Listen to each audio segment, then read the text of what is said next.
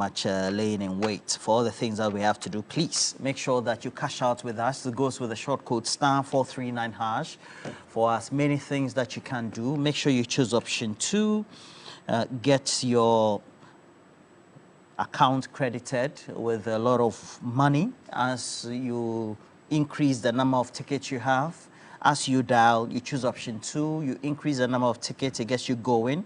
As always, let me say, all of you who have joined us on our stream, let me do some few moments of acknowledgements, and then I'll introduce our guests on the subject. And we know that we'll be talking about the fight against Galamsey. Just we're getting the report from our correspondent over the last 24 hours that someone was shot in the Offing Shelter Forest Reserve. It also means that that person, we're told, is in a critical condition, works with the Forestry Commission as part of their guards. They do a lot of inspections. They say that place had been rid of the Galamseyers, but they were back. So the question is, what's the strategy to be able to combat this? The Lands Minister says that this is an all-encompassing activity that needs to have everybody on board, but what do we do? Good morning to you, Dilo, as well as Desiree Marvin. I wish you all the best for the day. Evans, Ibn Samba, wherever you find yourself, please also make sure you share the stream. Kusi Mensa watching us from the United States, and then Zilis Dwayne. Now, I guess for the morning, I have the Chief Executive for the National Petroleum Authority. He was on the key points on Saturday, and also is here before he heads for his morning activities. This morning, will be leaving us very early because of an urgent meeting he has, as always, being in management. And Eduji Tamaklo is here. Good morning to you, Lawyer Eduji Tamaklo. Good morning, Roland. Okay. Good morning to my co-panelists. All right. And to your viewers. And then also, Lawyer Pierre Dankwa is also here. Good morning to you, Lawyer Pierre Dankwa. How are you? Good morning. I'm doing great. Right. Always a pleasure to be in the company company. Great. And then Dr. Tutu Brahim. Good morning to you as well. Good morning, thank you Roland. for joining us as always. Good morning, Roland. Good morning, everyone. Great. Good morning, our cherished viewers as well.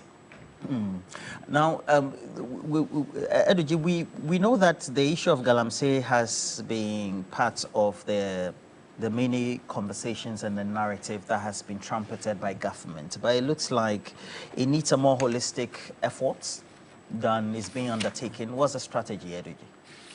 Okay. Well, it looks like we're giving 2 topics. Okay. And this looks like Ambush. There's an ambush, huh? Complete ambush. But again, I pointed out, good morning to our cherished viewers. I mean, the religious manner in which they watch this show. So good morning to them. I have a very good brother, Prince Henry Koforidia. Today happens to be his birthday. And I mean, you know how he relates with the media. He's always out there championing the cause of our great party. So Prince, once again, happy birthday. That said, the issue of Galamsey, I've always maintained, is our form of drug trade that we need to fight. And President John Dramani Mahama has made a firm and bold commitment to fight these menace. So far, with the leadership provided by the Honorable Ama Kofi Bua, it has been so far so good. Concerns have been raised about how the fight should be approached. Yeah. We are looking at all options. Again, we have a listening government.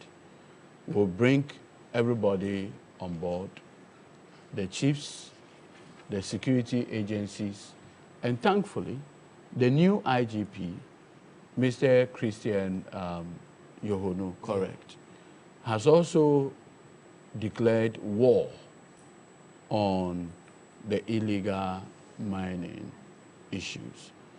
I want to believe that with the military, the police, and other allied security agencies, with the support of our chiefs, we should be able to make a headway in this fight. I've always maintained also that we need to get to a point where we can provide alternative livelihood for the people. You see, when you stop someone from doing something that gives the person some amount of income, then you must provide an alternative for the person. If not, that vacuum would definitely be filled with something. And so we need to also look at the point where we provide alternative. You see, we cannot stop mining. What we can stop is the illegal activities around our water bodies and our forest reserve. And that is why, consistent with his pledge, H.E. John Dramani Mahama has sent to Parliament an instrument to revoke the portion of the LI that permits the president to grant permits for mining activities in globally endangered, maybe forest reserves, among other things. And so it is something that President Mahama is keen on. It's a power that in 2022 was conferred on the president. He had become president, and he says that, I don't need it. I want that provision revoked. He said, look, I don't want to permit mining in our forest reserve. And remember that when that LI came into fruition, after the 21 gestation period, the 21 days, within 2 years, over 1,000 permits were issued for mining in forest reserves. He says, I don't need that power. And I think that is highly commendable. Any president would want more powers. The power that allows him. And the impact of that LI that permits the president, particularly Regulation 2 and 3, that allows the president to issue permits for mining in globally, endangered, places, forest reserves. It's something that for me is a very bold and courageous decision. Because we usually want, presidents want more power. And so for a president to come and see a legislative instrument that empowers him to do an act, and he says, no, I won't, I don't need it. I'm taking into Parliament an instrument to revoke that portion of the ally, I think is highly commendable. And I want to commend my president for that courageous and bold decision. The Honorable Boa, together with the Minerals Commission, are doing so well. So far, together with the various regional ministers, they are doing so well to get these menace completely off. We can. The question is, can it be completely eradicated? I have had 2 conversations. A senior brother of mine said, Eduji, why not ban surface mining completely? That's one. Another person says, we should only do underground mining. And so when you do underground mining only, at least nobody will go into a forest reserve and be drawing trees and destroying the forest, because everything will now be where? Underground. That's somebody's suggestion.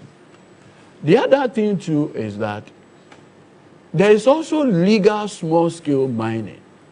What the emphasis has always been is, how do you allow it to be done responsibly? So the emphasis has always been on responsible mining. And I just want to, policymakers, academia, my professor and others who are from academia and co, would have to consider whether the proposal to ban surface mining all over is the way forward, or allow for proper regulation. EPA, Minerals Commission, Geological Department, very important.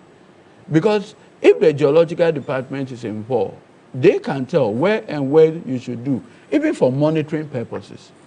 If you are in a forest reserve and you are being monitored in terms of your activity, you go destroying the forest.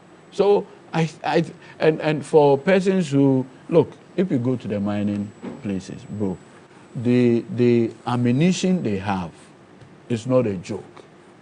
It's like watching these Mexican drug, cartels, and how heavily armed they are. So it puts some of our security men and others at risk. We need to factor all this conversation. Ediji, so the question then is, are we now thinking about strategy?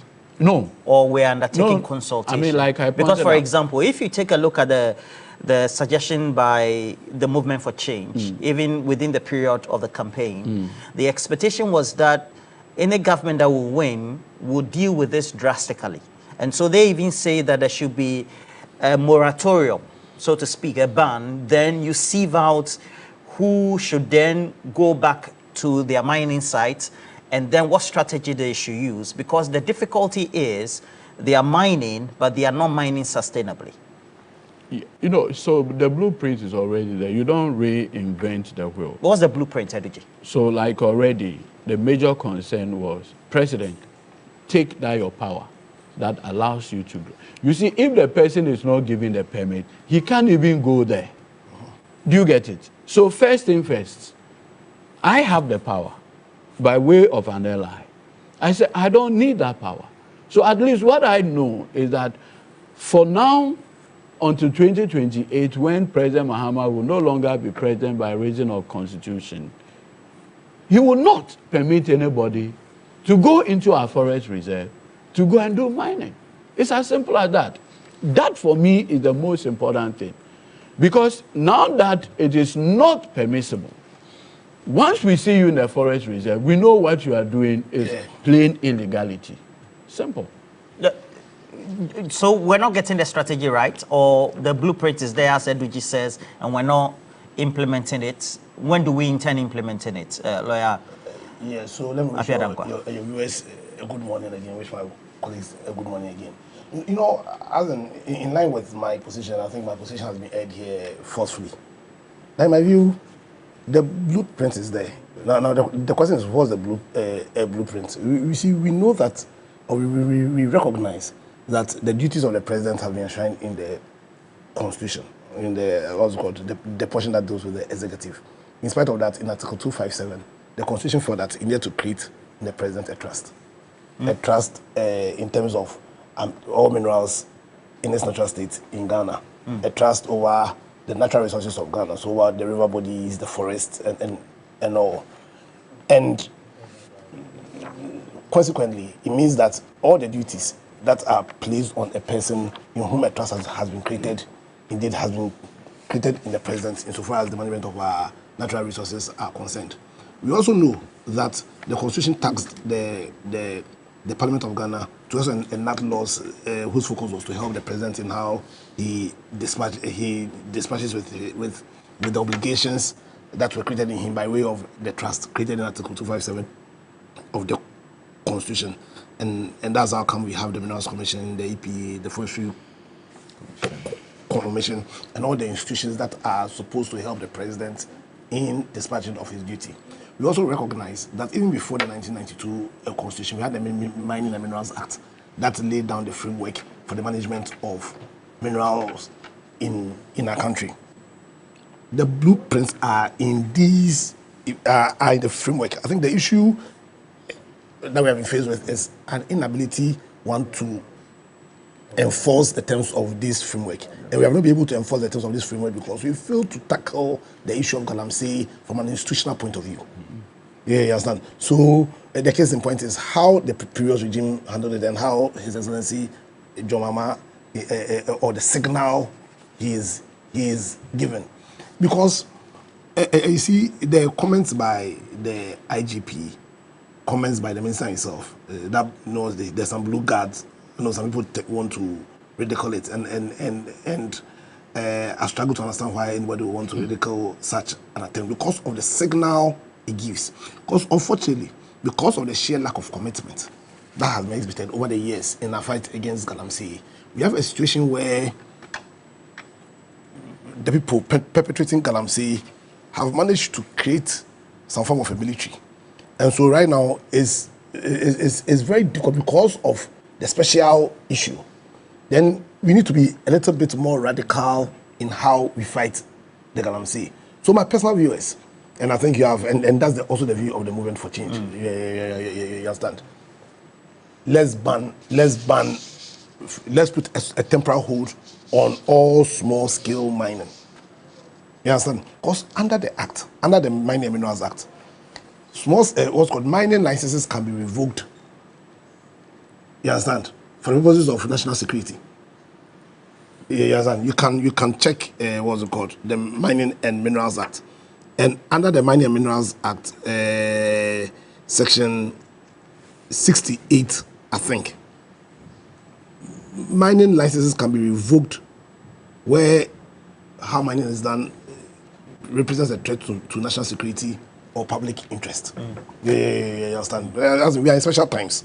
So temporarily revoke all the licenses, allow nature itself to heal. But that's for how many months? Because in the effort to trying to revoke, then it means that you already make people enter the forest reserves. I'm coming. One, ban as in revoke all those licenses. Two, I know the president is trying to repeal a portion. Left to me alone, as in pay my view. You should have scrapped it. He should just repeal the entire LI. Okay. That's my. The 246. As in the one they recently passed that allowed mining in forest reserves. Because see what? Yeah, 2022 one. Yeah, because see the forest reserves are supposed to be the lungs of every nation. And I can't believe that we want to enter into our forest reserves and mine there. So it's not about you, the president, just taking your powers away. If we put the entire thing, you get a picture. Take special action against these Galamseyers who have amassed what's called forces. And that's why I say I'm surprised people who want to ridicule the blue guards. Because really, we are at war. You understand? We are at war. And it's not about just deploying the military. You understand? We need to create special forces to deal with the Galamsey menace. And then, in the long term, strengthen the institutions. Strengthen the institutions. Because that's been our biggest bane. Because we have the minerals commission. You understand? We have the forestry commission, EPA. We have the police. Because, like I keep on saying, when people do Galamsey, what they are essentially doing is to steal. They are stealing. So all these fines and whatever it is.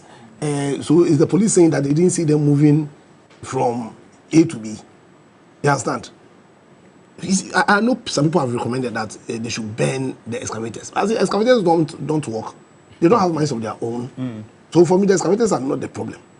The problem is the human beings.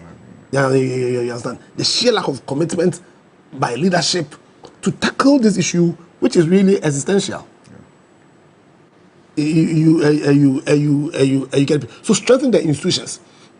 Also deal with this issue of slaughtism. Because the reason why the police and civil forces are weak is because of the principle of slaughtism, where we recruit people into the forces not on the basis of merit, but on their party affiliations and connections. You understand? So for me, I like the signal. I'm not saying that I agree 100%, but I like the positive signal. Because whereas in some other regime, they were saying that what's it called? We won't stop Galamsey today. We won't stop Galamsey today. In the face of the threat of Galamsey, you have an IGP that has said, listen, I'm going to face Galamsey. You have a president that says that, listen, if you are caught, it shouldn't matter your political affiliations. We are going to deal with you. Yes, they may not represent actual action, but at least it's a signal that is being sent.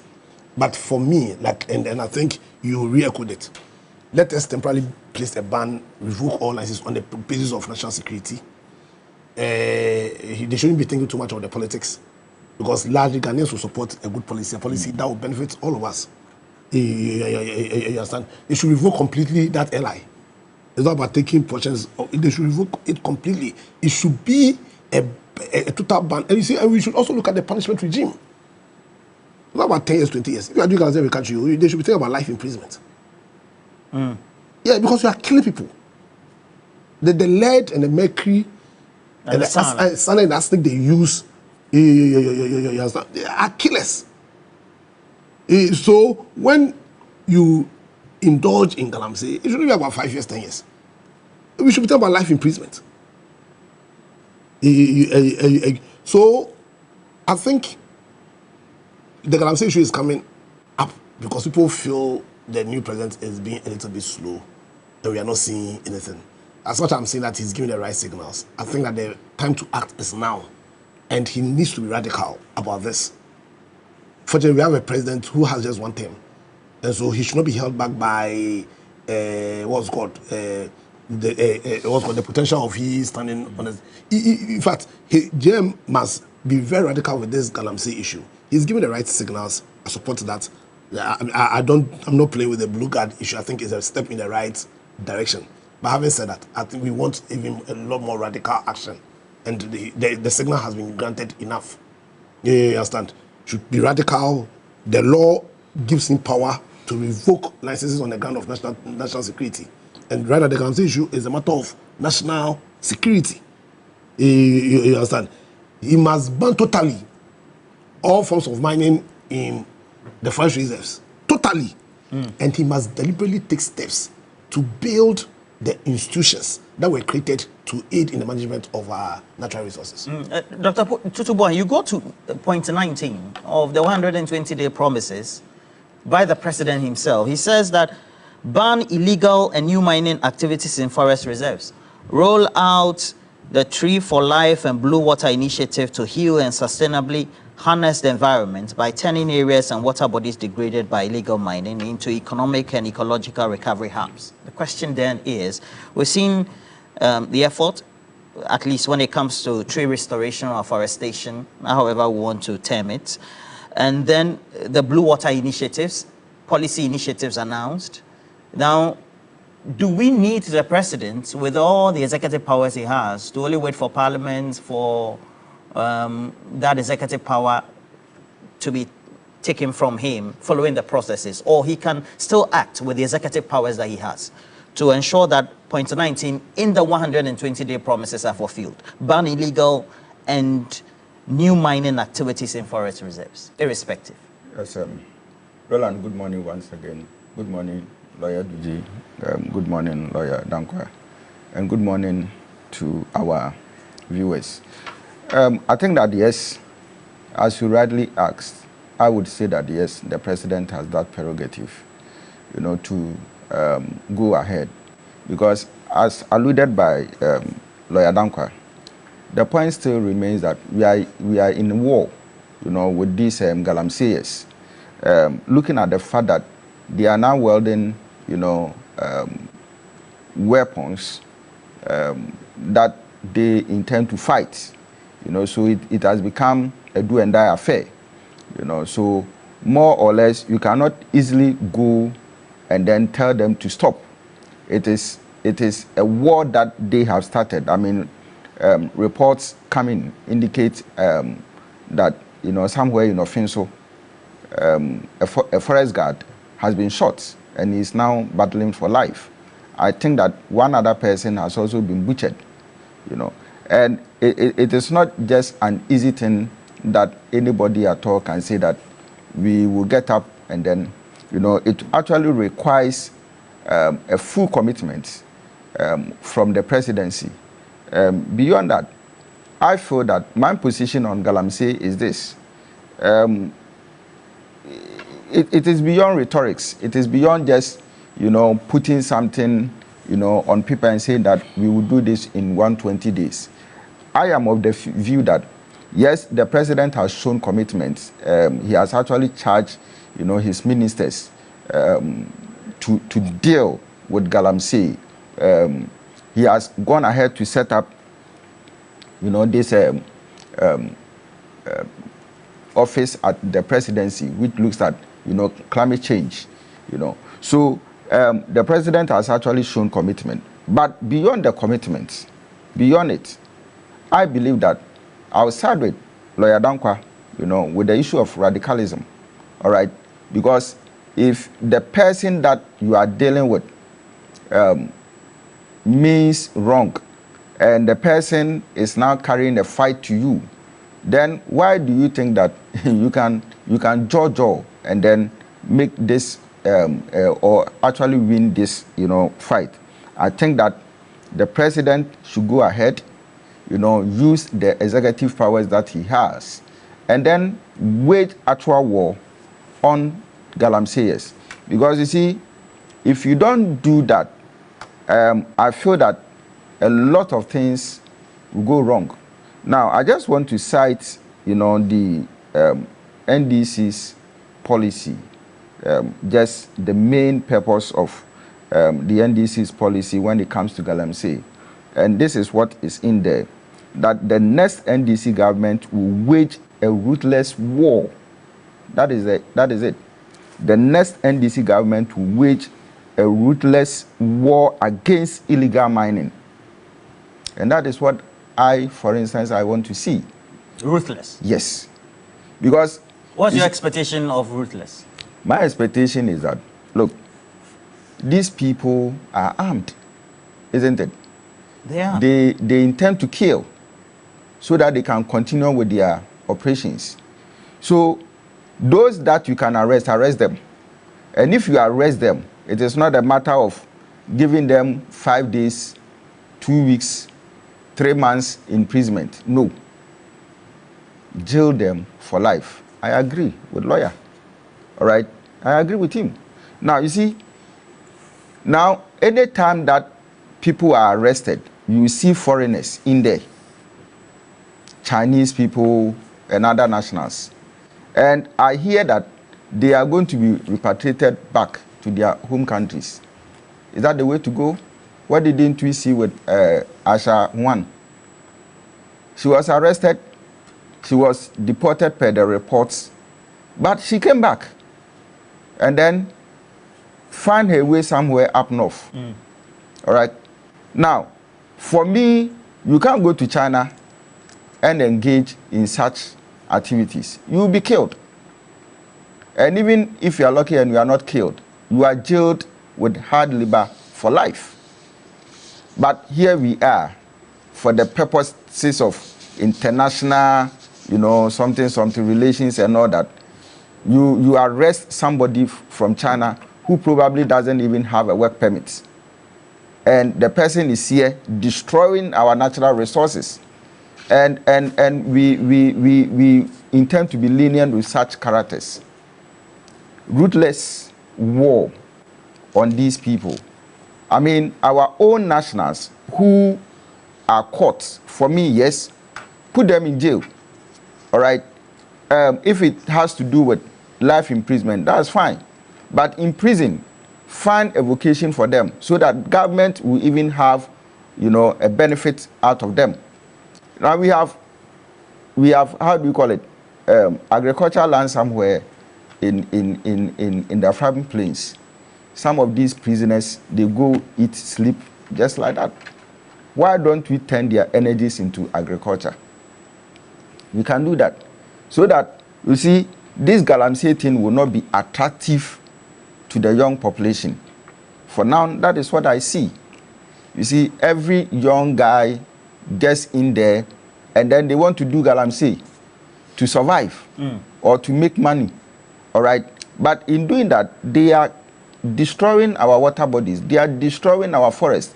They are destroying, our agricultural lands. And there has been a prediction that if you are not careful, after some time, you are going to import water. All because of these activities. Remember, I think in the First World or Second World War, when Germany had that problem, where their water was infested with some chemicals, what happened to them? This is a nation that is struggling even over the years. All right. Now, what can we do as a nation going forward? If we are going to sit down for some of these people, to also destroy our water bodies at a point in time where, later in future, we are going to resort to importation of water. That would be bad for us, especially in a country where we have a lot more poor people, living among us, and who cannot even afford sachet water. So if their livelihood is dependent on the stream closer to them, if that is what they are dependent on, and we are going to destroy it, how will these people survive going forward? Yeah. I think that, the president has that power. He has the executive power. Exactly. So you're saying that they should deploy military and security people across? Yes, they have to do that. Based on strategy, of course. Exactly. But we've done that in the past, haven't we? It has been done in the past, but you see, the commitment to maintain it was actually a problem. So you see, you cannot go and take over a forest, and then you come and celebrate, and then you say that, oh, I've done this, so I'm not going there again. It should be under protection. All right. So, but if you go there and you go and clean it up and then you leave it, people will definitely go back. Okay. So for me, I think that it should be a continuous, process that we need to. So consistency is needed. Consistency is. So very, you very achieve important. a certain. So for a period of time, as and when you are putting other strategies in place, you see the whole fight of Galamsey, apart from the war that will be waged against them, you see it has a component of unemployment and poverty. All right. So it's a livelihood issue. All right. So that's why Duji says that, well, you may decide that you want to ban and then wage a war, but it's also a livelihood issue. So what's the alternative? What's the substitute? So for me, you start, and as the strategy is in progress, you tackle other strategy. Okay. All right. So you start with the war. So from what you're saying, can I say that you're indicting your own submission? No, I'm not indicting it. No, wait. So if you wage a war and you rate the people off, what's the alternative for that? So that's what, lawyer, please, a minute. You see, that is where I'm saying that. So what's the alternative? Listen. We have multifaceted solutions. All right. The war against Galamsey is not just a single strategy. It is multifaceted. So you start with one, whilst you plan for the others and then roll them on. Okay. All right. Because else, if you don't do that, then what it means is that you would certainly invite these people back. All right. If I just at one point, you see, I get alternative livelihood. It's very important. No, so is armed robbery an alternative livelihood issue? Is what? Is armed robbery an alternative livelihood issue? No, we shouldn't treat Galamsey as an alternative livelihood issue. These people are stealing. And it's a criminal activity. And it's not about when they go and stay home. They should be in prison. It's not about when they go home, what are they going to do? Right. You see, they should be in prison. And now having cleared and created a situation where people won't even think about getting involved in Galamsey, then the general economy. So one, with the youth in the area, you can, I propose a ban, or the GTB proposed a ban. One, we must reclaim the destroyed land. So this youth, you can employ them within the context of an attempt to reclaim. They should go and reclaim a land that they know there's gold beneath. Plantation first, because this whole carbon credit issue. Carbon credits where you can make money from planting. Big money is not small money. So the youth, and two, you the government, you create a youth more or less like a watchdog situation where the youth within the communities will also serve as a watchdog. But we shouldn't not be treating it as can you say that an armed robber is involved in armed robbery because they don't have so you're saying it's a criminal issue? It's a criminal issue. We should treat that as a criminal issue, and they should be in prison for life. And also, lastly, we should put the military there and tell the military that, listen, when somebody comes there, be prepared to shoot to kill. Because these Galamsey guys won't mind killing. Did you hear the story of Erastus, the Joy FM guy? What he went through? This is war. We need to understand this is war. And then the potential impact on all of us is that to the very existence of the people of Ghana. So when we take the military there, they shouldn't go and cuddle them. No. They should be prepared to shoot to kill. Because whatever we will do to stop this crime, this evil on the country needs to be done. And it's not about we play and no. We should be radical. We should be straightforward. And the president, that's why I said a trust has been created in the president. He has a lot of power. He should use all the power that we've granted him under our constitution to ensure that this battle is won. Okay. Ibrahim Abubakar, just in 5 minutes, tell us, how severe is the situation and what's the condition of the forest guard who is in a critical situation at the hospital? Ibrahim Abubakar. Well, Roland, for now, we are told that he's been stabilized. He's currently at the Konfanochi Teaching Hospital. Fortunately, like I said, he has been stabilized. But Roland, this is a quite serious situation because this is not the first time we are seeing forest guards being attacked. The last time we even went to Jimira Forest Reserve, together with the police and the Forest Commission, we were ambushed by these armed illegal miners and we were told to go back, return to where we came from. And we had no option than to do so because these are people who are armed. Usually before you get to the forest, you realize that they have even barricaded the area. You find 3 or 4 people, armed people, manning the area.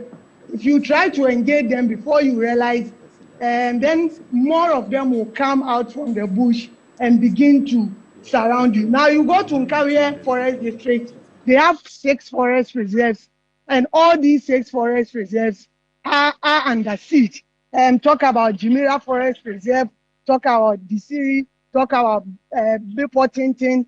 Then this offense shelter bed that the armed guard was attacked yesterday. Then we have Asinayo Forest Reserve. In fact, when the Minister for Lands and Natural Resources came here 3 months ago, we went to the same forest reserve, offense shelter belt. That place was armed, but the military was able to successfully drive these illegal miners away. Now that same forest reserve has also been taken over by these same armed guards. Now, because they have different compartments, the place we went the other time was within the Anyafutu enclave. Now, what happened yesterday, that area is in a different enclave, and these people are still there. In fact, the forest officials are telling us that it's very, very difficult for them to go in there.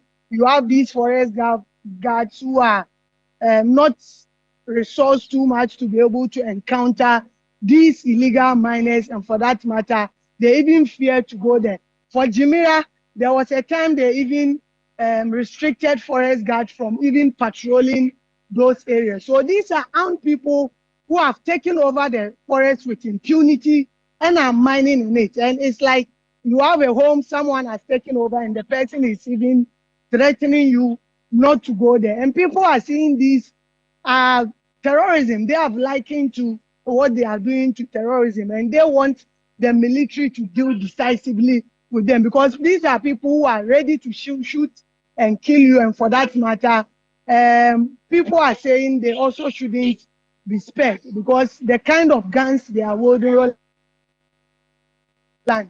when you get there, no one will tell you to return to where you are coming from.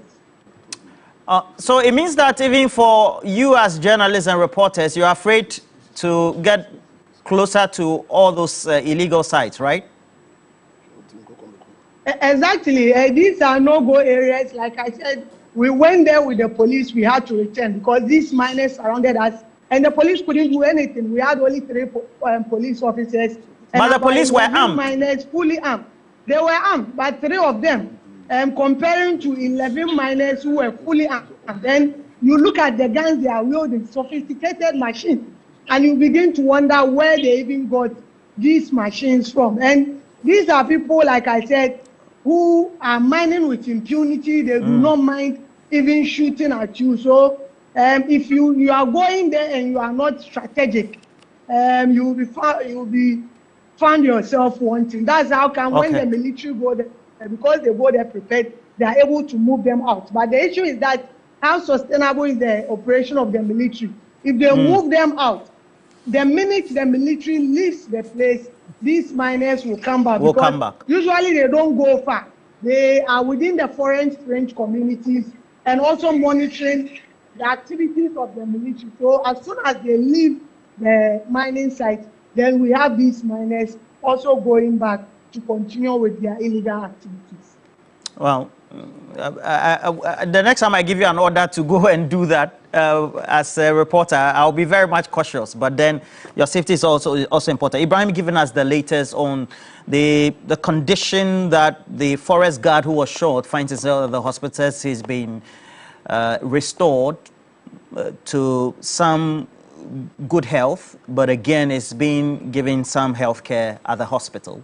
But Eduji means that the president has all the powers beyond what is being done in parliament. He has executive powers. He's commander-in-chief of the Ghana Armed Forces. So indeed, we're looking at the pictures, the machine guns they're holding. I mean, irrespective, what really is the decision point now? You see, where's the conversation going? No, I think that matters have to be put in proper perspective. Yeah. From the day President Mahama on the 7th of January was sworn in, on 23rd February, Western Regional Police Command conducted a raid on illegal mining sites in Available and Akango in the Evaluejira, district. 15 illegal miners were arrested and their equipment seized. 5th March 2025, Upper West Regional Security Council arrests 73 illegal miners at the Tilly Forest between Boku West and Namdong District. Graphic online is there. Then 11th March 2025, Rapid Response and District Monitoring Team in Enchi Forest District arrested 12 illegal miners in the Tano Avian Forest Reserve. 13th March 2025, Joint Rapid Response Team from Takwa and Takoradi Forest District stormed the Subri Forest, leading to the arrest of 8 illegal miners. They retrieved motorbikes and 3 tricycles. The same 13th March, the Savannah Regional Minister led a task force to arrest 13 illegal miners operating along the Black Volta. You understand? 14th March 2025, Ashanti Regional Anti-Galamsey Task Force arrested and took 6 excavators, among other things.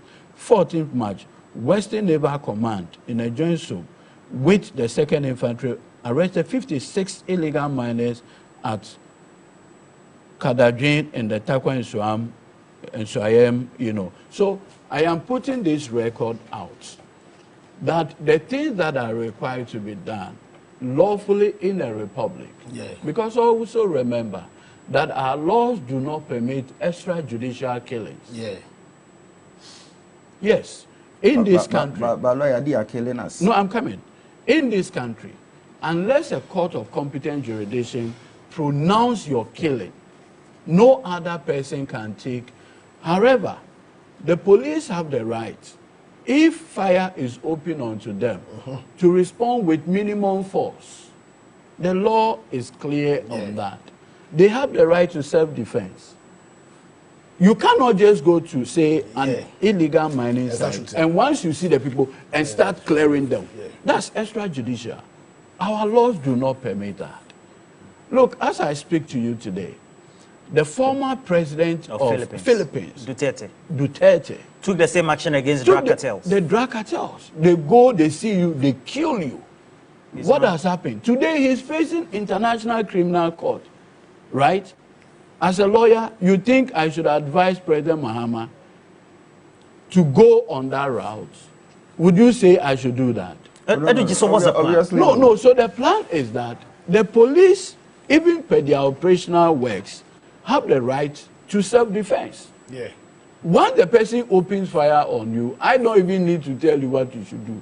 But you cannot just go to an illegal mining site and start shooting the people and killing them. That, for me, is not what the NDC meant by ruthless. The legal regime currently allows for longer sentencing, almost 15 years imprisonment. Yeah. 15 years. That's not a joke.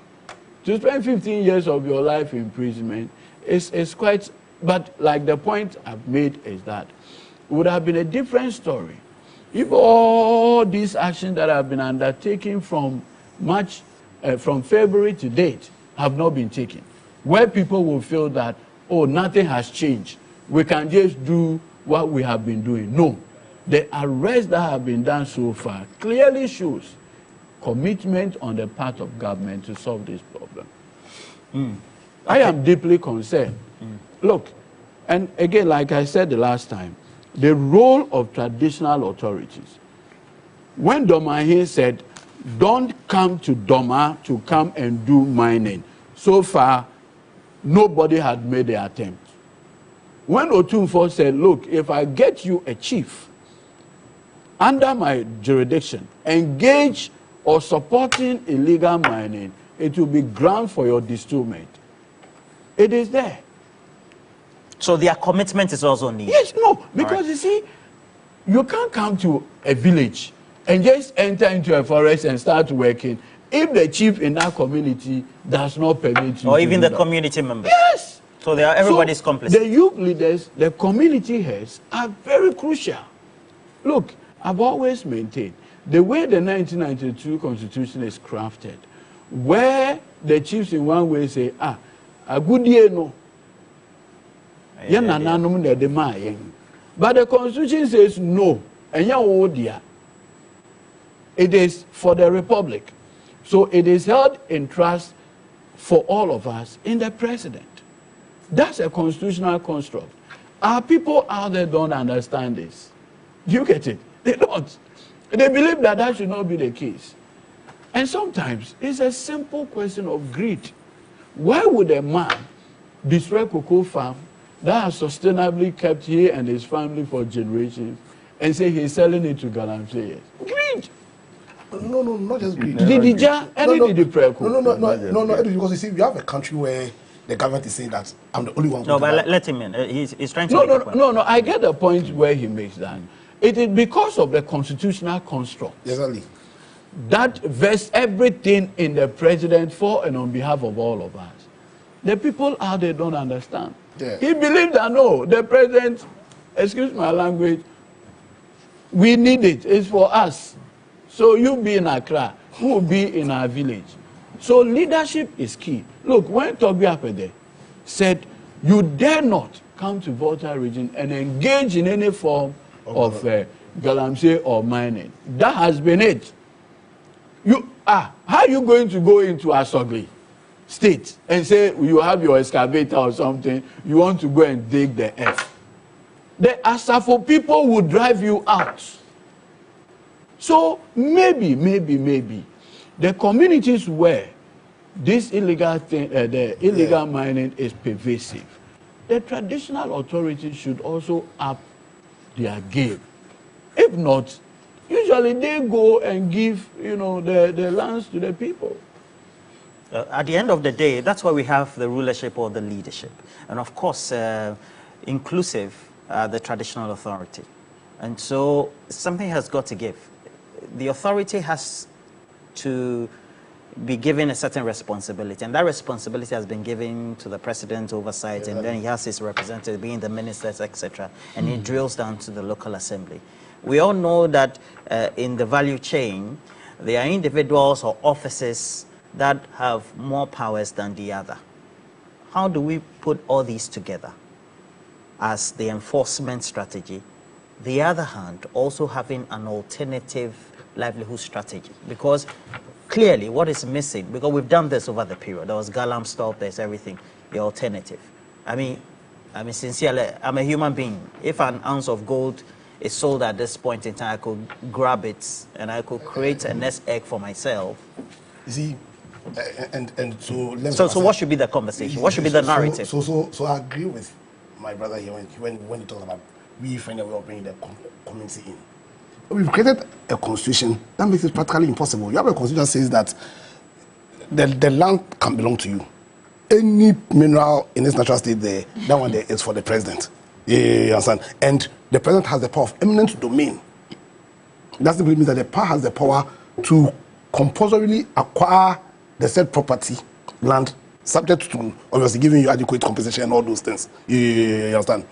Let's amend the constitution and create a trust, not just in the president, but also in the local, in the chief so let's say if gold is found, let's say, and thereby the local authority or the community. So in the chief, exactly. As well. Then and give them raw power. So right now we have a situation where we have chiefs and rarely to even say what powers do they have. So if we have recognized that indeed we need the local chiefs, then let us amend. When we are doing constitutional review, let's amend the 257 and then say that a trust will be created not just in the president but also in the chief on whose land any mineral and natural state is found. Then they can work together. Secondly, yes, we need alternative what's it called and that feeds into the bigger economic failure of our country.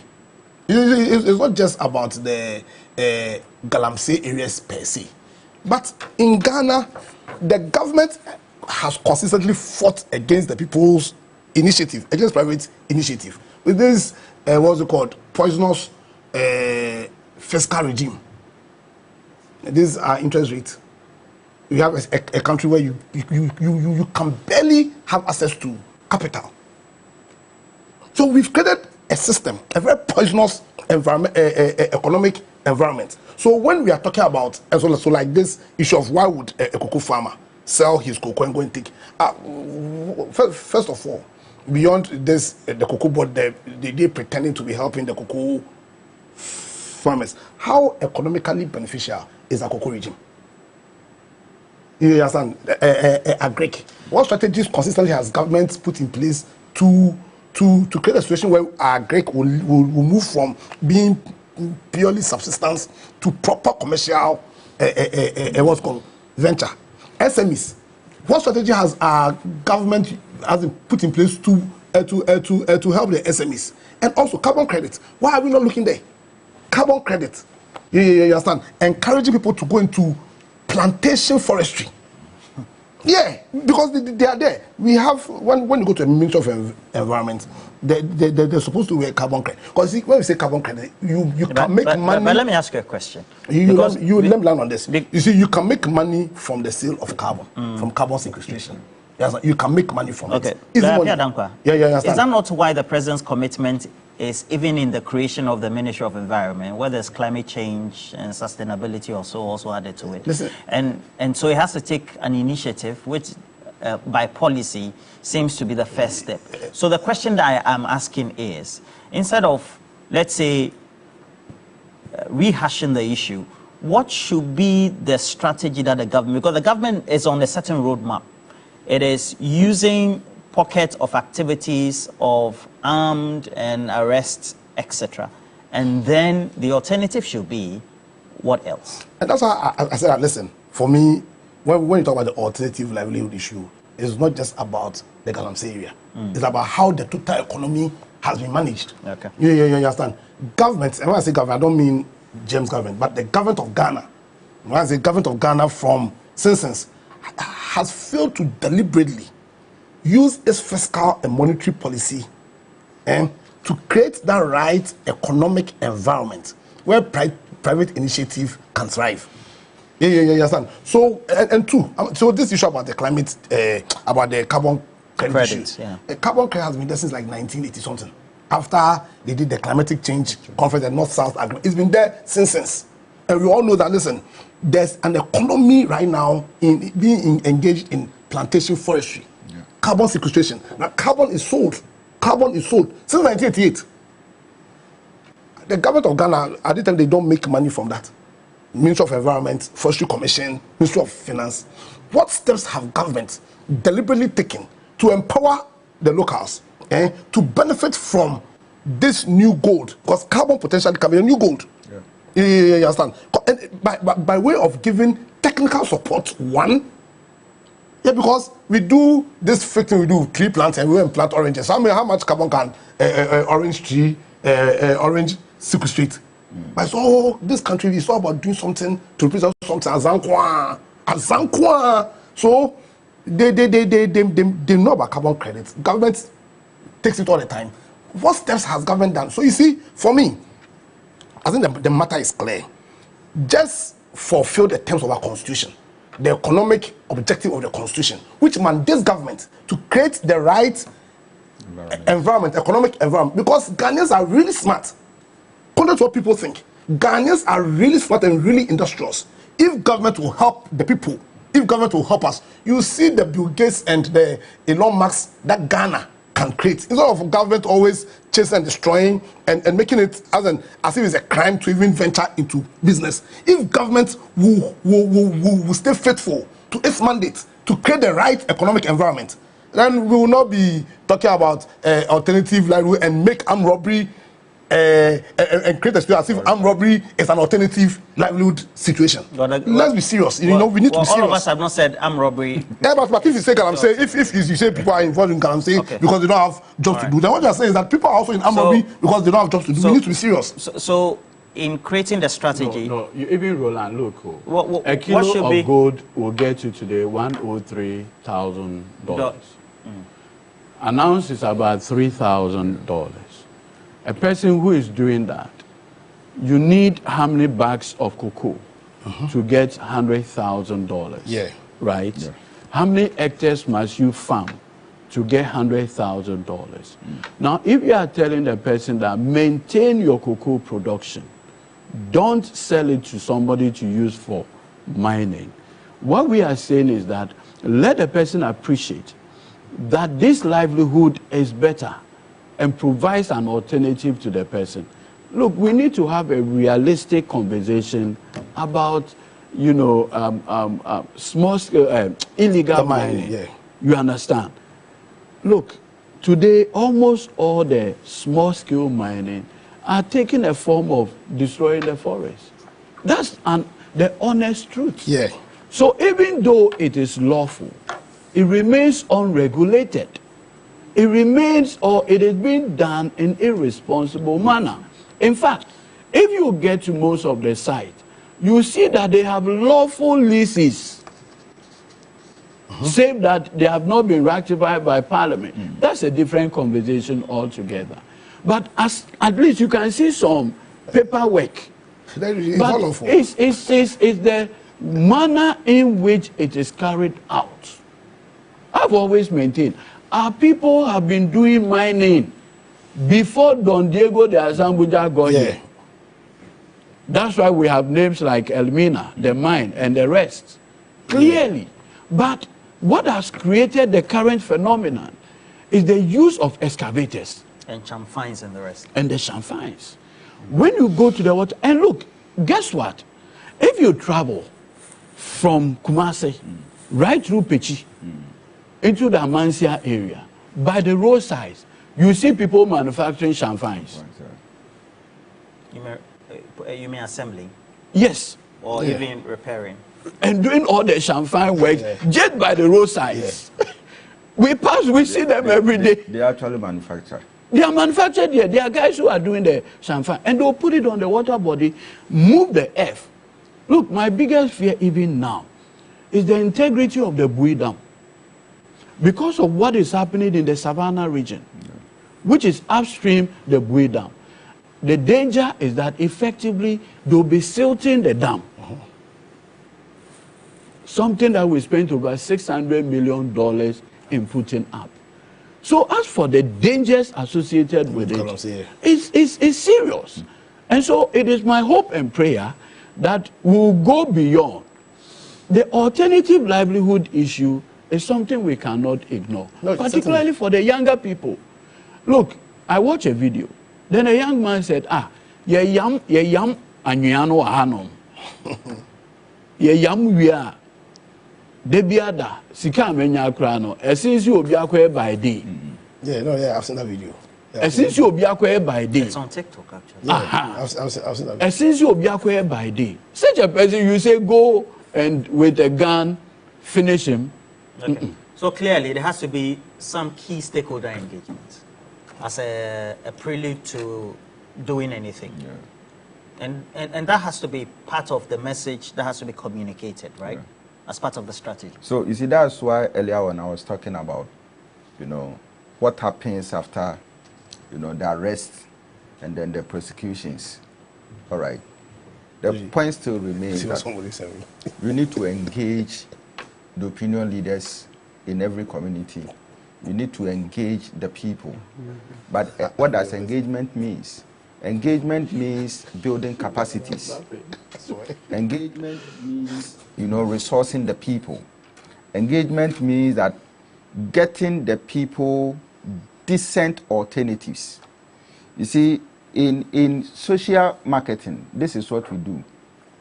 When you want someone to desist or to change someone's old ways of living, which is not actually beneficial to the person or to the community, what do?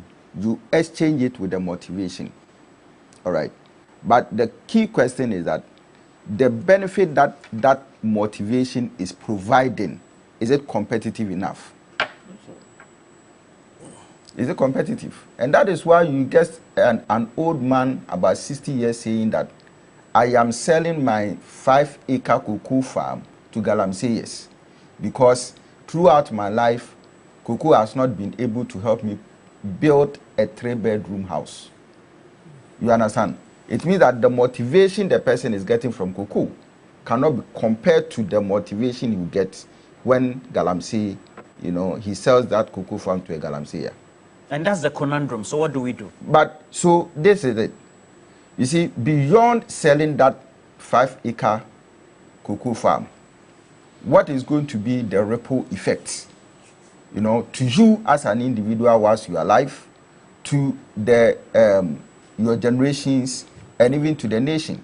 And that is what that motivation comes in. We need to understand and then let the people also understand it.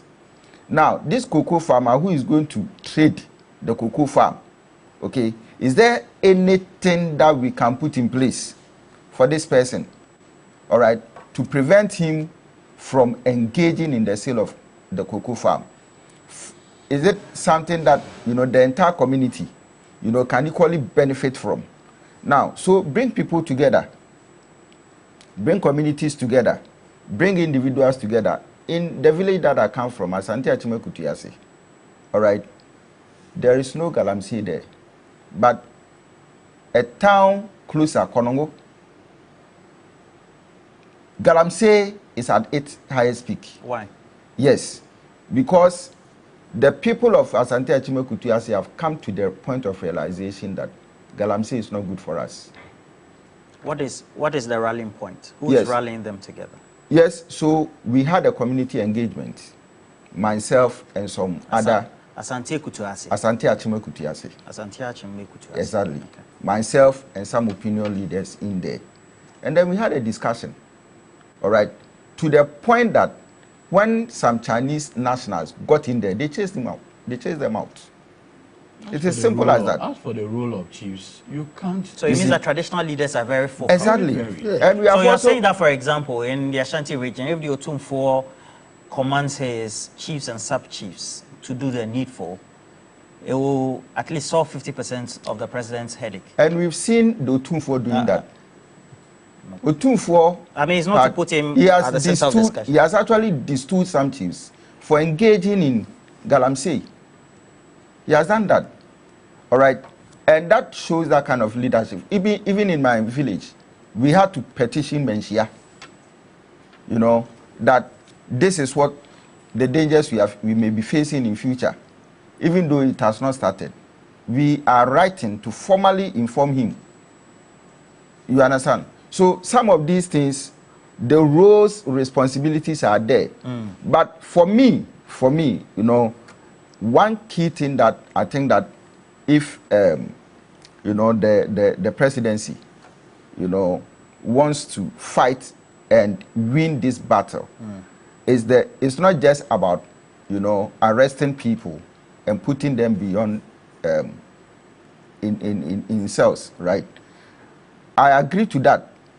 For me, there should be that kind of ruthless war, But beyond that, there may be other people in the villages, in these mining centers, who are also looking for decent jobs. So how do we do it?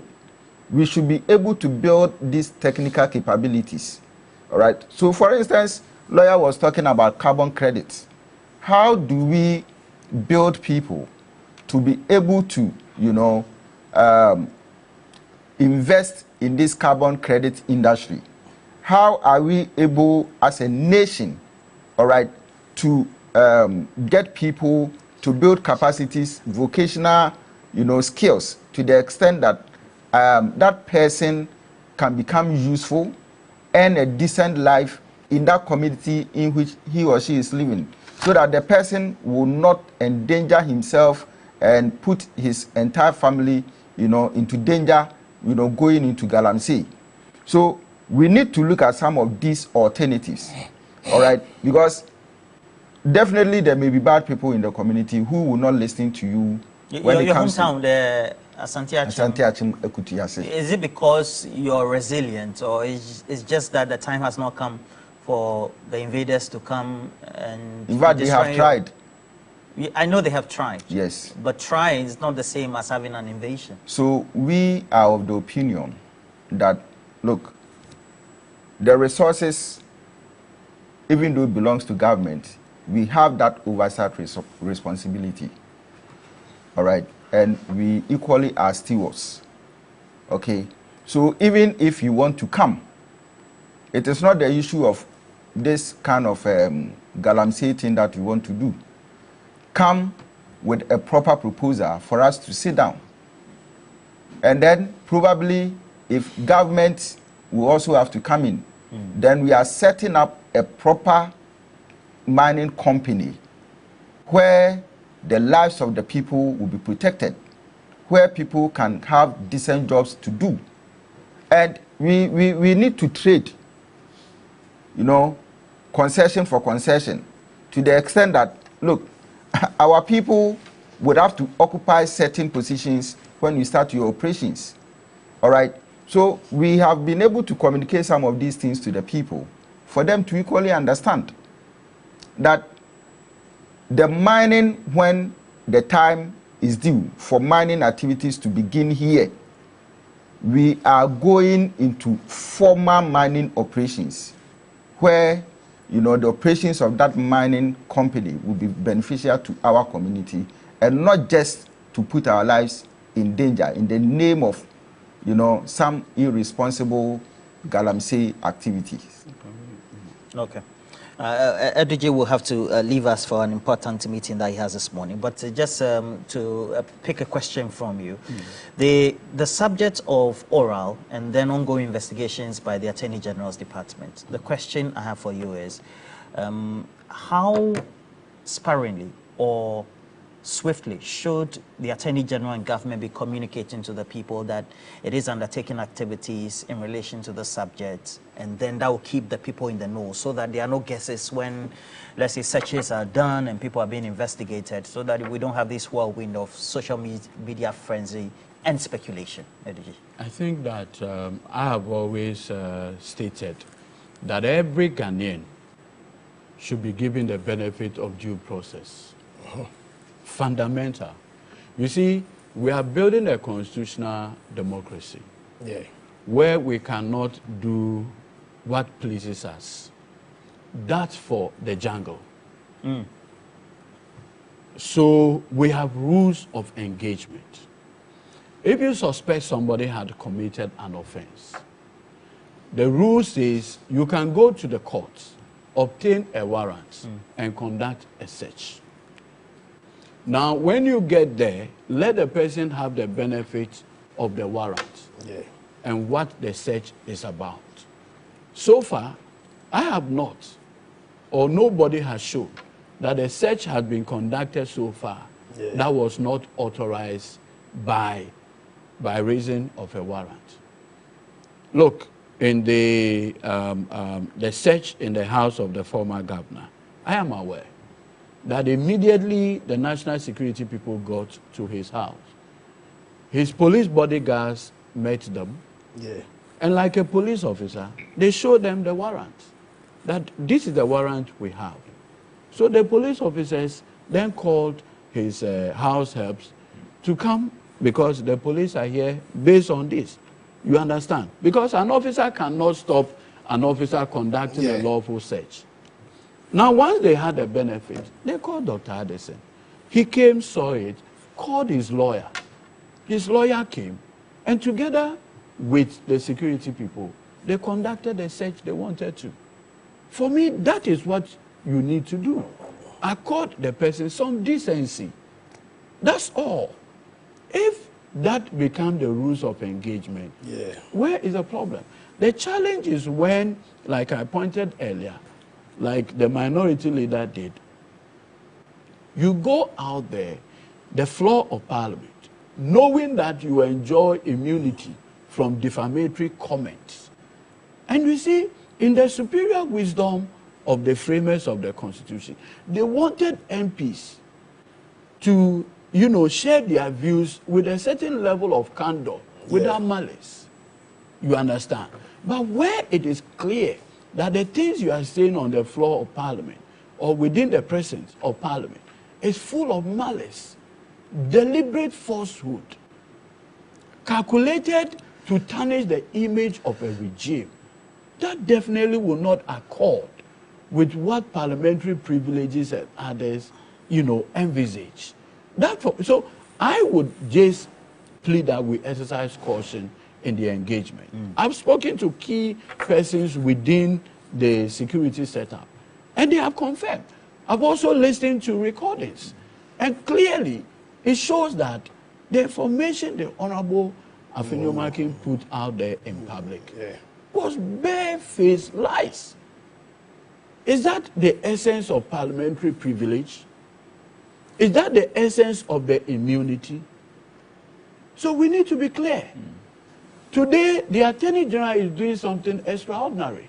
In fact, I want to salute my own senior and Professor Justice Sai. Okay.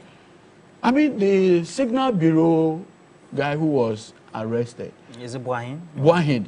He personally went to him just to check whether he's been accorded the benefit of a lawyer of his own choosing or those things, just to assure him that the constitutional benefit that he has would be taken to its logical conclusion. And so there's no arbitrary? No.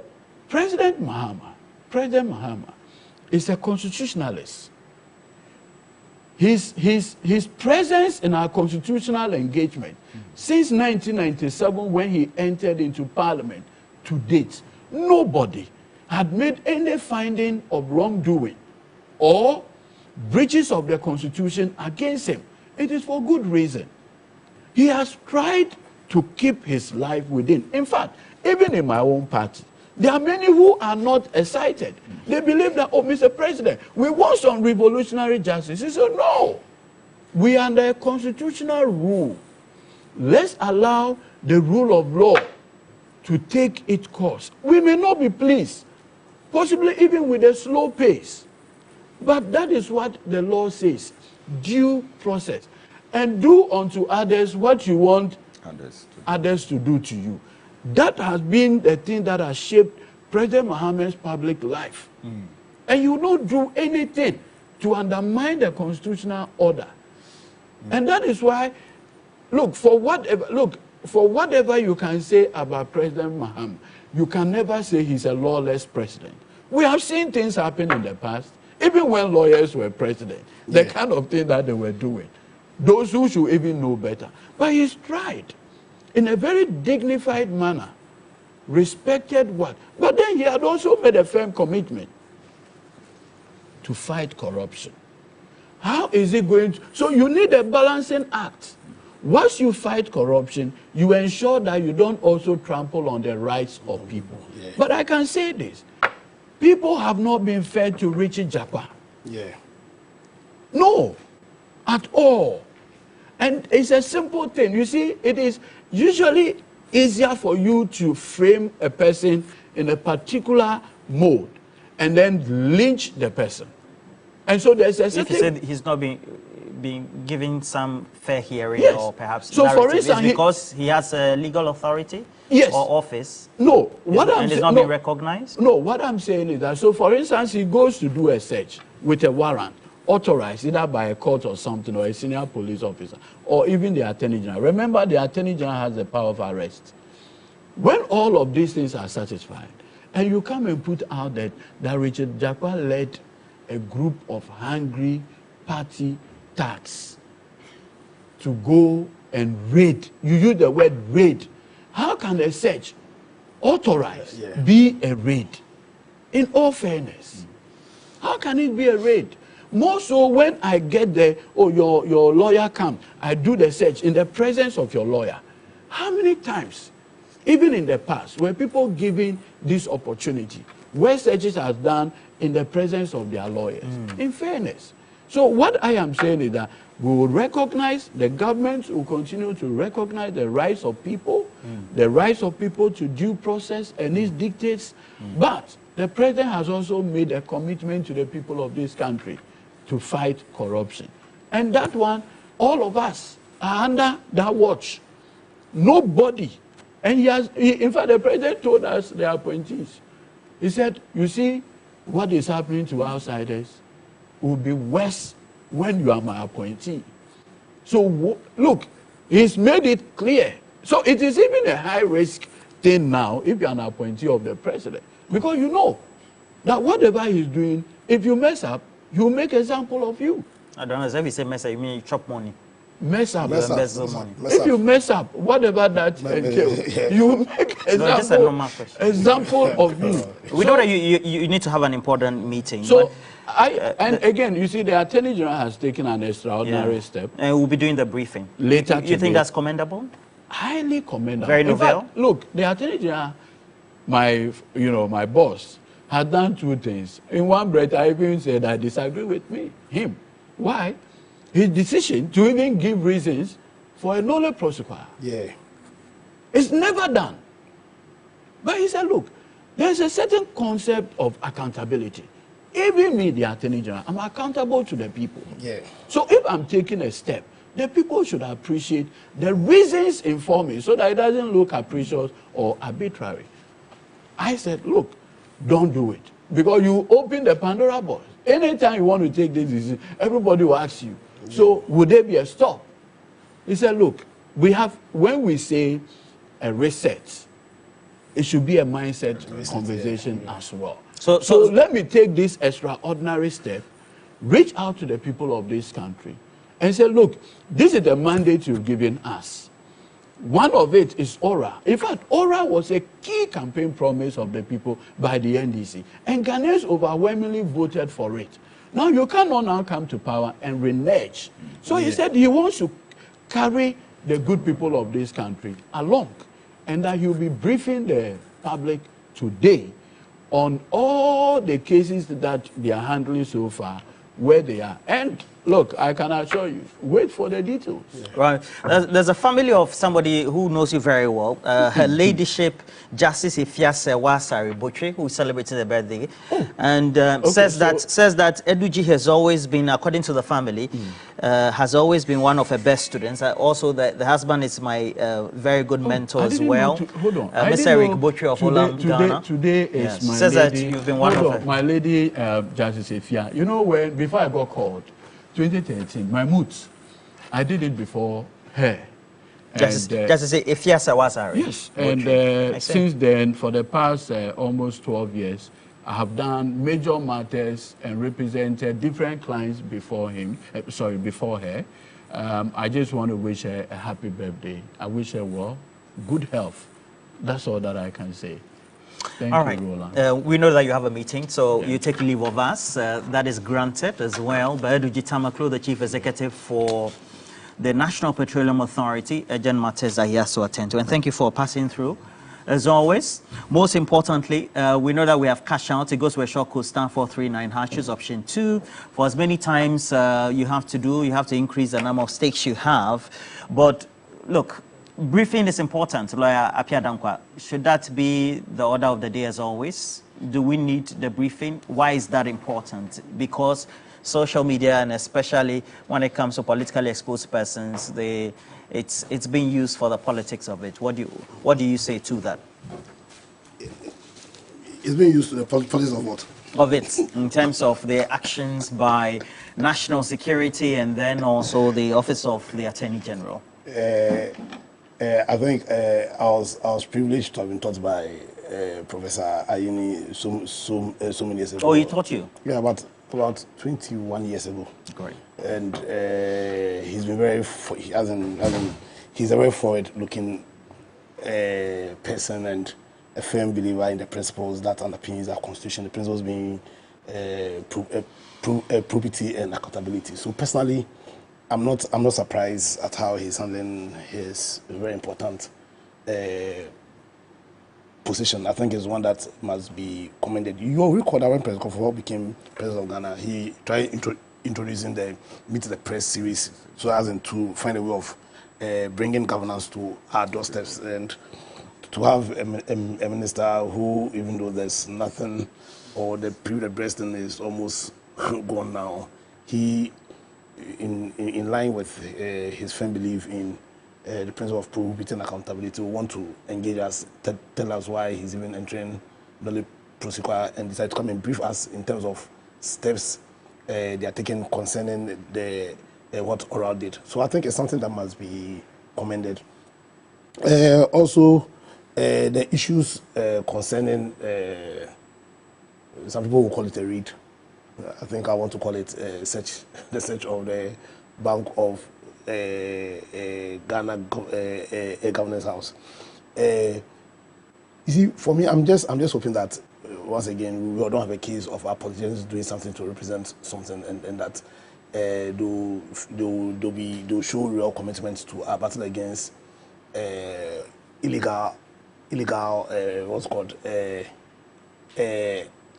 actions. Like AG rightly said, that's my view before the weekend when I had the opportunity of being granted further information about what happened, was that if you went to somebody's house, even with a warrant, and then you do or you behave in a manner outside the scope of the warrant, then there was a cause to be alarmed. But I understand that they behave themselves well, as in they didn't do anything to infringe on the dignity of the Bank of Ghana governor, and clearly they are showing signals that they are going to pursue the cause of justice or pursue the cause of the law without necessarily undermining the principles of the rule of law. And I think that should also be commendable. We all need to understand that in doing proper prosecution is also to advance the cause of justice. You understand? But then like I keep on saying, there's a thin line between what will amount to a persecution and what will be a prosecution. And we must be mindful of that very thin line. And always undertake prosecution with the view of pursuing justice. Because where ills have been done the country, then we must do everything in our power to ensure that the justice is granted Ghana and the people of Ghana. Yeah. You understand? I spoke about the day of reckoning coming. I think the day is here, but then it must be done within the confines of the law. Yeah, so for me, last week I said that I felt they were delaying. You understand? But it's better to delay than to infringe on the rights of people. And so yes, I'm waiting. I want to listen to what the Attorney General has for all of us. But my personal view is, and I'm not surprised at what he's doing, is that when Prof. Ayine taught me in Legon so many years ago, he came across as somebody who was very forward-looking and who respected the values and principles of the Constitution. I think he's showing those same values in how he's handling his position, and he must be commended. Oh, sorry, Dr. Tutubuahin. Like what I say. I'm adding more positions and accolades to you, but that's okay. So the briefings are important. Why are they critical? Because so that there's no information gap, or what? Yes. So yes, I will allude to the fact that there shouldn't be any form of information gap. Normally, when people don't really have information, their perceptions are quite different with regards to certain actions that are taken and all that. I also believe that I think that going forward, as you know, Eduji was talking about, you know, the understanding of the Attorney General, who believes that yes, he's working within the remits of resetting the president's agenda for this nation. which has to do with the fact that he wants to do something, novel, when it comes to accountability of his office. I think that also would set some kind of precedent, a very positive one for this nation, where at least, the office of the Attorney General would, as it were, would update, the people of whatever case that it is trying to prosecute. But then I will agree with the lawyer, that whatever he's coming to say in his briefing, shouldn't be something that would also raise some levels of anxieties and also be suspicious. How do you mean? What I'm saying is that he should make sure that everything that he's going to put out there is something that is very convincing and accurate, so that people will not assign any negative meanings, to his briefing. All right. And I think that, yes, once people get to understand, reasons for his actions and inactions, I think that it will go a long way, to help this country and for people to equally understand, everything that he and his office, appears to be doing. With regards to issues of the raid and all that, I think that, yes, if it is something that they went, to the former BOG's boss, house with how do you call it? A warrant. A warrant. And that warrant was actually, inspected by himself and his lawyers. Then there is no point for anybody to be crying, far about it. But again, the point still remains that what was the nature, of that cooperation? Did it get to a point? Or the search. Or the search. Well, yes. Did it get to a point where people were not satisfied, or he himself, the Bank of Ghana, the former Bank of Ghana boss and his lawyers were not satisfied with certain actions and all that? All right. Did they do that beyond what they were mandated to do? I mean, these are some questions that people may want to ask. Dr. Tutubuan, it's natural that nobody would want their houses to be searched, especially if they've held prestigious positions. Oh yes, obviously you wouldn't like that. Yeah. So, okay. But so what's the remember point? That they also wouldn't have gone there if there wasn't any reason for it. All right. Yes. So that is why, when you are in positions of trust and stewardship, you make sure that you are guided professionally, you are guided ethically, to ensure that after the term of your office, nobody will go for a search warrant, to come and search your house. And so if it is not by political reasons, I feel that then there is no problem for anybody, to complain. But if it was for political expediencies, then of course you should expect the reactions to be coming. All right. What do you make of the reaction? Natural reactions from the opposition? That obviously it will be natural from the opposition, even if how do you call it? The search was warranted. Okay, definitely that natural tendency will be coming through. Okay, so I have this one from Sam Kelly, who says that please remind Eduji that our promise, that the party's promise in opposition to Ghanaians and the relevant CSOs was to repeal the LI 2462 in its entirety, nothing less, nothing more. GM needs to be ruthless on this Galamsey matter. And, well, Enoch Appiah, the Honorable Enoch Appiah says, can we as a country reactivate the 64 Battalion from the Ghana Army to take up this Galamsey fight? I guess it's a conversation we need to have. And then Musa Abattoir says, the approach is thoughtful and free of partisan rhetoric.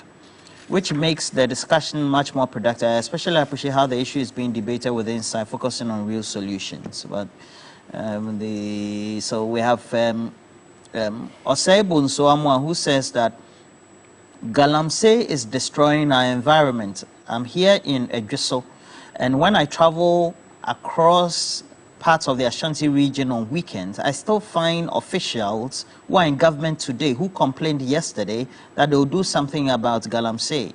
I have relatives who undertake illegal mining, but I want our land to be free of this canker.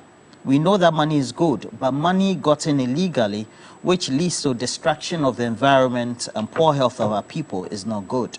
And then Nelson Akotia, good morning, says, I agree with lawyer Pia Dankwa. Galamsey is not anyone's profession. There's no need to find any alternative livelihood for any Galamseya. You said that? That's very drastic. And then this one is coming from Kofi Buahin Dankwa, who says, I agree with lawyer Pia Dankwa. If we start considering a social canker that we have all agreed to fight against Galamsey as a livelihood situation, then we are being hypocritical. If it's about livelihood, then let's allow it and stop weeping. The current government has a responsibility and obligation to create jobs. However, they have to deal about this. It's no one's issue. My personal experience, I was asked by a colleague to escort him to investigate a Galamsey site somewhere in Koko. A so-called sub-chief and a so-called concerned citizen had reported.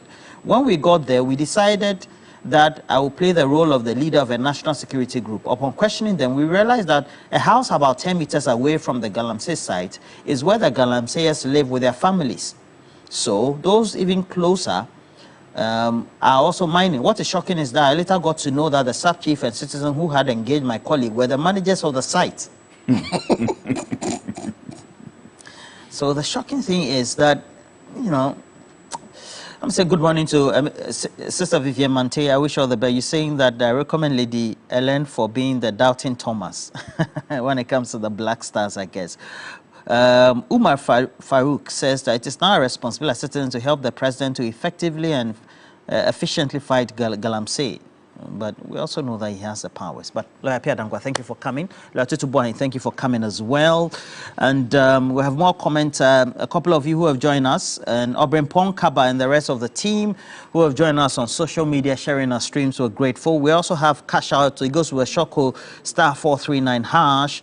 And please make sure that, you know, you are able to, as many times as possible, choose option 2 and then create the needed avenue for yourself to be able to win.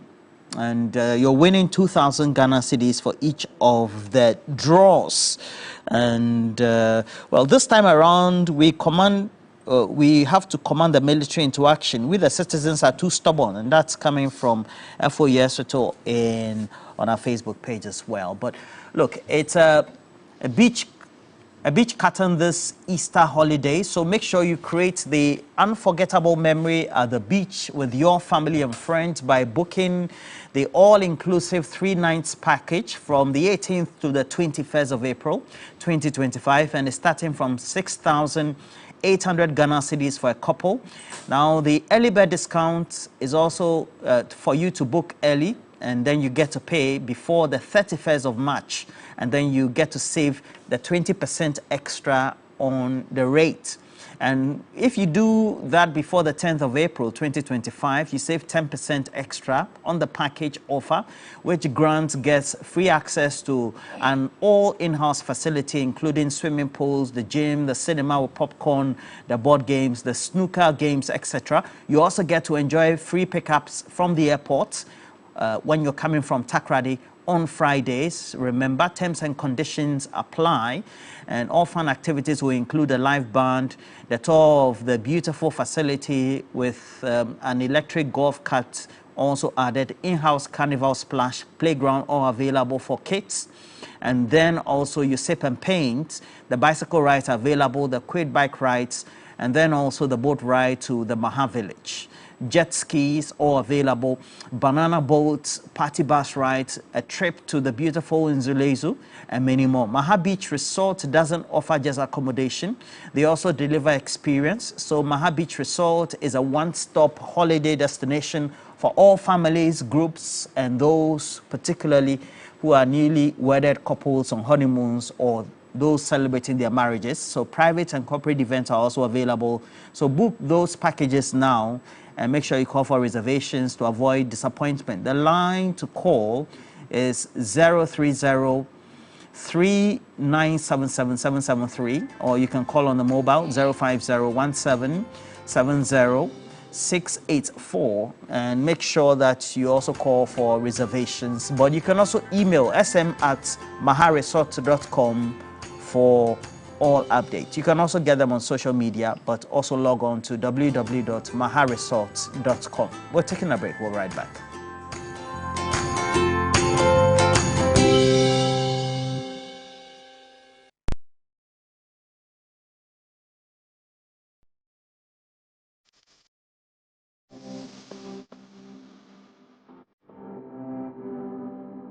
The Ghana City Banknote contains security features that is used to authenticate the note and verify its genuineness. On the left side of the note, in the plain star area, when viewed against light, is the watermark in the image of Tetekwashi and the cocoa pod. On the right side of the note, in the big 6 area, when viewed against light, is a line running from top to bottom. At the lower left corner of the banknote, 200, 100, 50, 20, and 10 is a greenish golden symbol with a shiny golden bar that moves up and down when the banknote is tilted. On the 200 and 100 Ghana City banknote is a 3D image stripe running from top to bottom. When the 200 Ghana City is tilted, the star on the stay sold expands and contracts. On the 100 Ghana City, the bird on the parliamentary maize flaps its wings when tilted. The 50, 20, 10, 5, and 1 CD have lines running from top to bottom called the security thread. In normal view, the line is broken. It becomes continuous when viewed against light. When the note is tilted, the star in the line expands and contracts. At the top right corner of the note is a shape that is sensitive to touch, which aids the visually impaired and the blind. Know the Ghana City and keep it clean.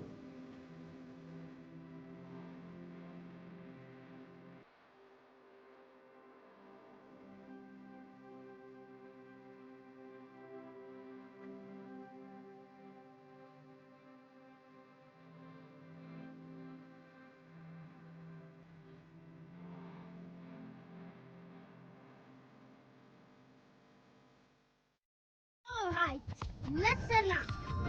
Politics is on a mission. It makes our gums happy and our teeth strong. See? We're moving forward and making changes. It's kind of a big thing. Colgate Herbal uses traditional nature's herbs and combines it with Colgate Science for healthy gums and strong teeth. And we'll leave no smile behind. One upgrade is nice, but a double upgrade is amazing. And that's how we do it. Upgrade today to get even more with Step Up. If you're on GoTV Max and upgrade to GoTV Super, you'll get way more with GoTV Super Plus. It's so cool! Get big value. Get big entertainment. Very good. Perfect! Upgrade and get even more with GoTV. I'm in. GoTV. Love it. Based on a recent survey, more than 52% of Ghanaians agree farm animal welfare is important. 65% of Ghanaians believe hens live happy and simple lives free from needless pain. But in reality, they are trapped in tiny cages, subjected to stress and suffering their entire life. There is, however, a better way of preventing them from going through unnecessary pain. Imagine a world where hens are able to roam freely. Give hens the lives they deserve and say no to hen suffering.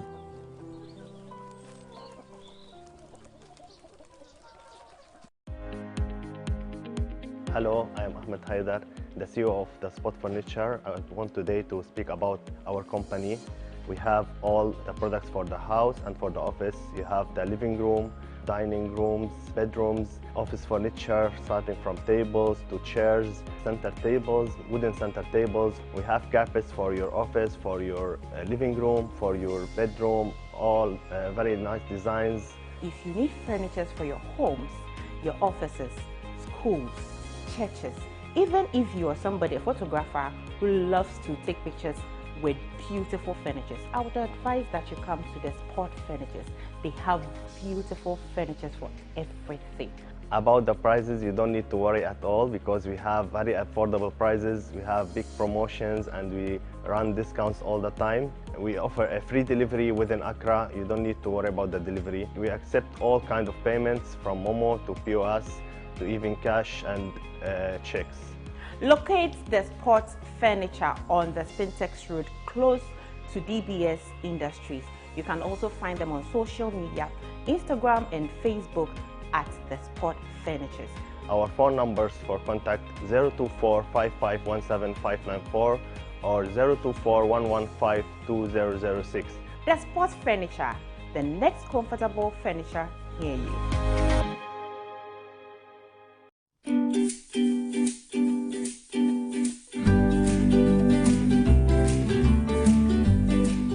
Morning, I wake up to this miracle sleeping soundly, but mornings weren't always this peaceful. I remember the sleepless nights, leaks that woke us both up, damp clothes and tears, and all I wanted was for my baby to be dry and comfortable.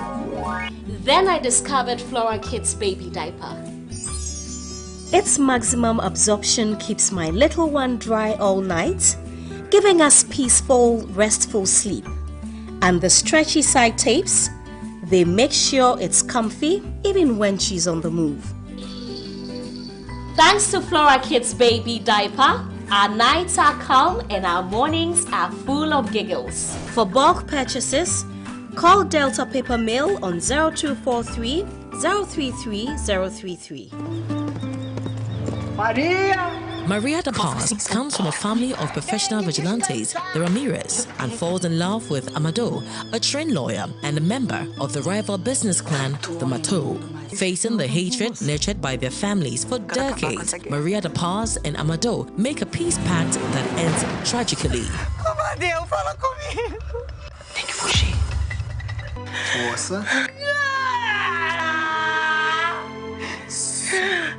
Will their love conquer the decades of hate, rivalry, and animosity?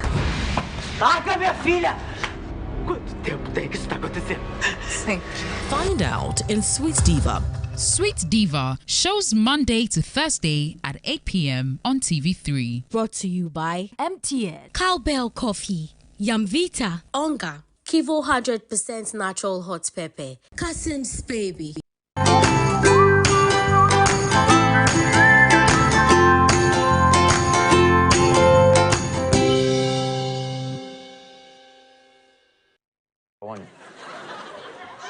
Sweetheart. Yes, dear. Am I ready? I'm my ticket. Ticket? Yes. They say the one thing that's constant in this life is change. But the song we just listened to says that Ensisada. And that's the assurance I'm giving you right here on TV3 New Day, that so long as it comes to cashing out, once you play the game, once you get into it and play as many times as possible, Cash Money Cooking with the entire team, Radio Entertainment people, we will give you your money as we promise each and every passing day. Today, 3 people are getting 2,000 Ghana cedi richer. And I think before we get into sports, let's draw. Let me give out the first 2,000 Ghana cedi to the winner for this morning, because you're playing and I love the participation this morning. But you can also win 2,000 Ghana cedi right here by cashing out with us, *439# if you are Telecel or MTN subscriber. If you haven't played yet, please play now and play as many times as possible, because that will increase your chance of winning 2,000 Ghana cedi going out to 3 people this morning. Get in the game now. Option 2. You see TV3, follow the rest of the prompt and you're good to go. Each coupon will cost you 5 Ghana cedi, so you play in multiples of 5 Ghana cedi as many times as you can. Harriet, let the dashboard rest now, yes. And our first winner for the morning, 0541838. 3 numbers come after that, and then we are good to go. Time now for sports. Let's get into it. Caruso up to James for the slam.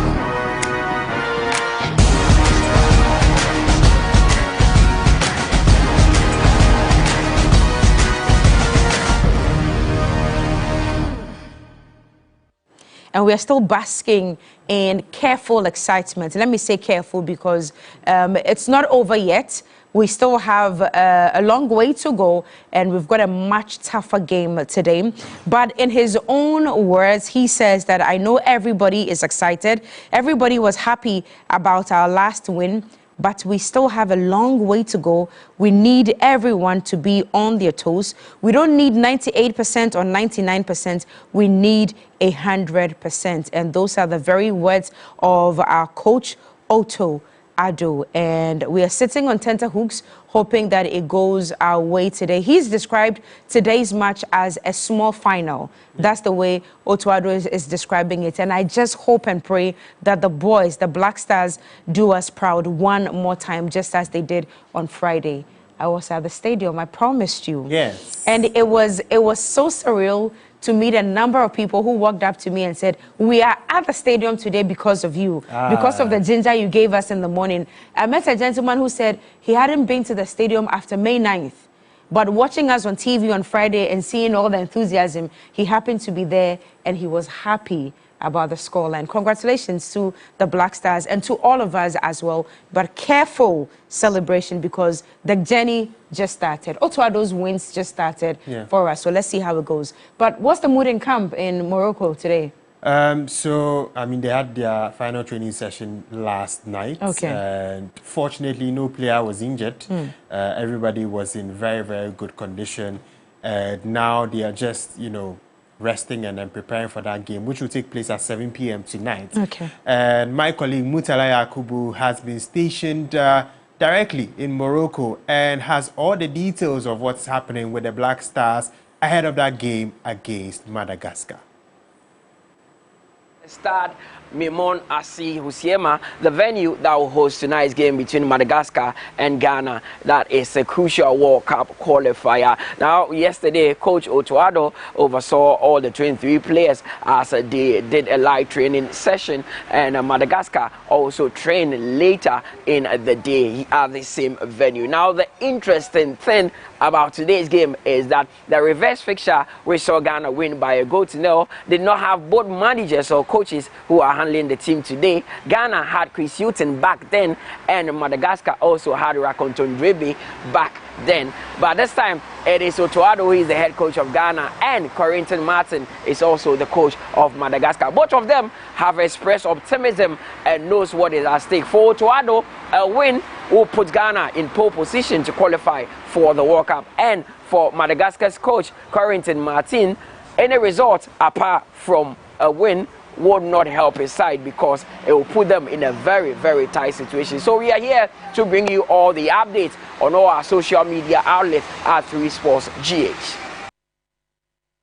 Happy to see Mutala Yakubu do this one. I saw a video of him saying he was super cold. Yeah, you know. I saw that. But because of the cameras, he had to remove his jacket for this reportage. Good to have him over there. Now, what do you think the scoreline is going to be today? You have any idea? I think it's going to be tighter than that. Today will be a